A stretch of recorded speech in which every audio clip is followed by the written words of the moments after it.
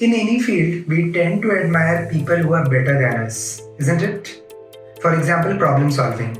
If we are just okay kind of problem solver, we tend to admire people who are just great at it, right? Now, when you talk about the approach of thinking with respect to any problem, there are two lines of thought. The first way is to think linearly, and the second way is to think out of box. What is the difference between these two? Let me illustrate through a quick and easy example. Let us say we have been given 1000 small cubes, each of dimension 1 cross 1 cross 1, and somebody has assembled all of them to fit into a single big cube of dimension 10 cross 10 cross 10. Now somebody came and painted all the faces black.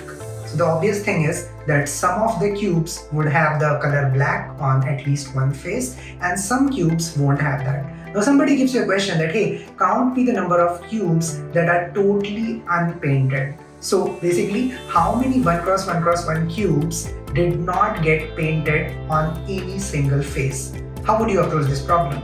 So the linear mode of thinking could be, hey, let me just count that how many cubes are there on the faces. Okay, and just subtract them from 1000. So how would you go about that? You would see that there are 6 faces. Each face has a surface area of 100, so 10 cross 10. So 100 into 6 is 600. But hey, let's look at it very, very carefully. There are certain cubes that are being shared along edges and vertices. For example, if you pick an edge, you can see there are 8 cubes apart from the left and right corner, which are being shared across 2 faces. And there are 12 such edges. So 8 into 12 is 96. You got to subtract this thing. Similarly, if you look at the cubes that are along the vertices, there are 8 of those, and they are being shared across 3 different faces. So 8 into 2 is 16. So what you have to do is, you have to subtract 96 plus 16, this quantity, from 600, and that will give you something. And now that can be subtracted from 1000 to actually get the number of cubes that are not at all painted. An out-of-box way to think would be that, hey, inside this 10 cross 10 cross 10 structure, there is another 8 cross 8 cross 8 structure which will be composed of 512 smaller cubes whose not even a single face would be painted.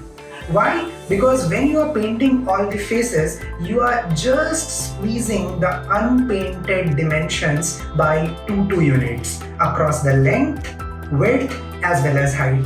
So somebody would say that, hey, the answer is 8 cross 8 cross 8, and that matches the answer that you got through linear mode of thinking.